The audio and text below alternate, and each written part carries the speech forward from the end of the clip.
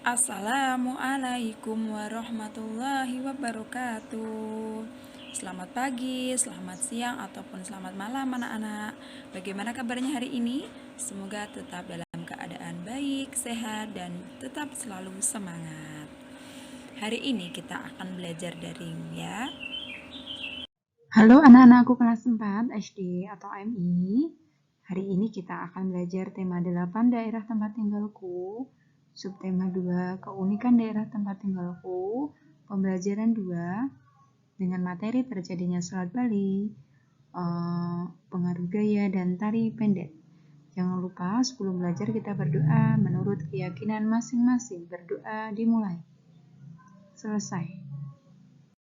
Pada pembelajaran 2, aku berasal dari Bali. Banyak orang bilang Bali sangatlah unik. Keunikan Bali diantaranya terlihat dari keragaman kesenian yang ada. Bagaimana keunikan Bali dilihat dari keseniannya berupa karya tari? Nah, Dayu berasal dari Bali. Bali terkenal dan kaya ragam tari-tarian yang indah. Dayu sangat menyukai tari. Oleh sebab itu, Dayu rajin berlatih tari. Kali ini, Dayu berlatih tari pendek. Nah, Indonesia ini terdiri atas berbagai suku bangsa yang tersebar di berbagai daerah. Nah, setiap daerah ini memiliki jenis tarian dengan keunikan tersendiri ya. Nah, ini misalnya ini ada tari pendek ya anak-anak. Nah, biasanya seperti ini. Misalnya keunikannya di Bali ini menampilkan gerak-gerak yang energik dan dinamis. Selain Bali, daerah lain juga memiliki ragam tari daerah berbeda. Tarian apa saja itu? Ayo kita cari tahu bersama. Nah, silakan anak-anak cari tahu tarian yang anak-anak bisa di sini, kemudian diberi asal daerahnya. Keunikan tari daerah ini terlihat dari unsur-unsur tari ya. Ya, yang pertama adalah gerak. Gerak merupakan unsur utama. Unsur lain adalah busana, tata rias, iringan, dan properti atau perlengkapan tari. Ya, jadi kalau ini sudah lengkap, kemudian menarik, ini bisa membuat tari itu menjadi hidup. Gerak tari adalah serangkaian gerakan indah dari anggota tubuh yang dapat dinikmati oleh orang lain.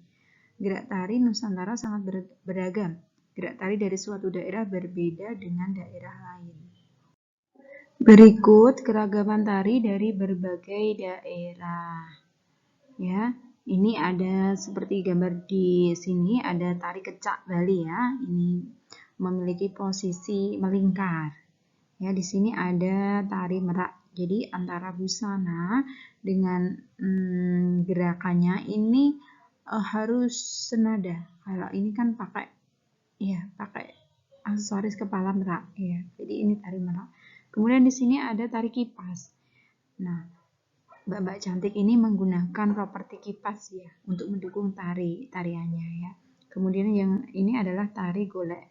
Ini berasal dari Yogyakarta. Kalau tari kipas berasal dari Sumsel. Tari merak berasal dari Jawa Barat dan tari kecak berasal dari Bali. Nah, ada dua jenis karya tari yaitu tari tradisional dan tari kreasi. Tahukah kamu apa yang dimaksud dengan tari tradisional? Tari tradisional adalah tari yang telah mengalami perjalanan sejarah cukup lama. Contoh tari tradisional yaitu serimpi, sangopati, dan tari gambyong dari Jawa Tengah. Nah, kalau tari kreasi itu merupakan ciptaan orang-orang yang sudah mengkreasikan atau menggabungkan unsur-unsur misalnya tarian dari Jawa Tengah, Jawa Barat, dari Bali itu sudah bisa digabungkan atau dengan modern itu bisa digabungkan dan menjadikan tari kreasi baru. Nah, anak-anak, setelah kita tahu ya di Bali ada tarian tadi, tari kecak, tari pendek dan lain sebagainya tadi, sekarang bagaimana sih terjadinya selat Bali? Silakan anak-anak pause dulu, dibaca dulu. Setelah ini anak-anak bisa melihat atau menonton ya video terjadinya selat Bali.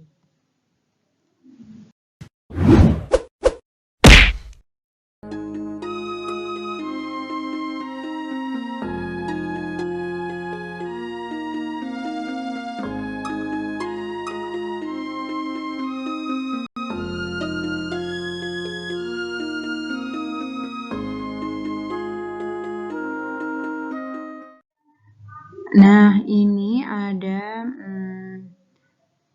tugas setelah anak-anak tadi melihat video dan membaca cerita rakyat terjadinya Selat Bali. Silakan anak-anak mengerjakan ya tugas ini.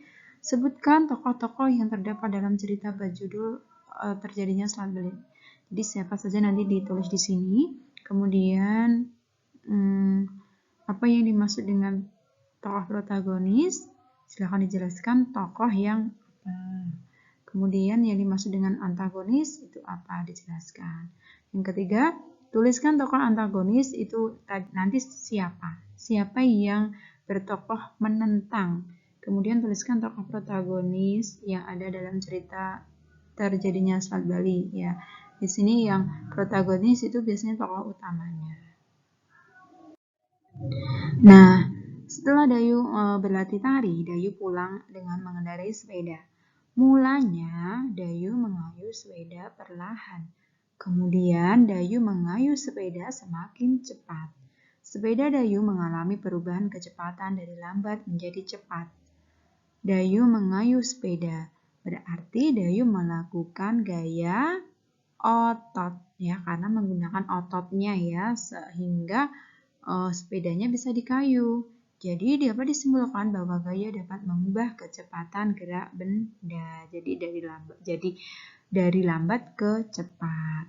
Pada pembelajaran lalu, kamu telah mempelajari tentang pengaruh gaya terhadap gerakan benda. Masih ingatkah kamu apa saja pengaruh gaya terhadap gerakan benda?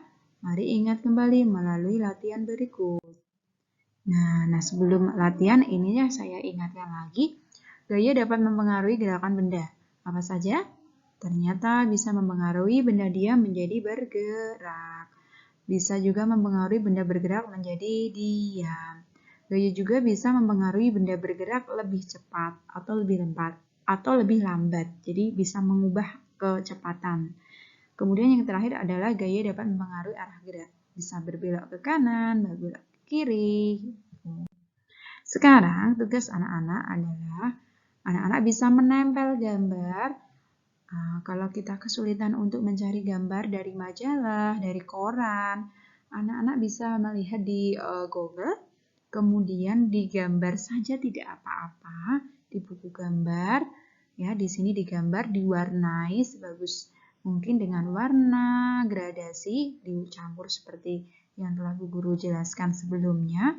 Kemudian silakan anak-anak tulis pengaruh gaya terhadap gerakan benda. Contohnya, misalnya gaya mempengaruhi arah benda. Misalnya di ini ya. Terus gambarnya anak-anak bisa menggambar ada anak kecil kemudian mendorong atau menarik mobil-mobilan ke kanan dan ke kiri. Dan 2 dan 3 ini anak-anak bisa mengkreasikan sendiri. Buatlah gambar sebagus mungkin ya. Kalau ada menempel juga boleh. Kalau nggak ada bisa digambar saja.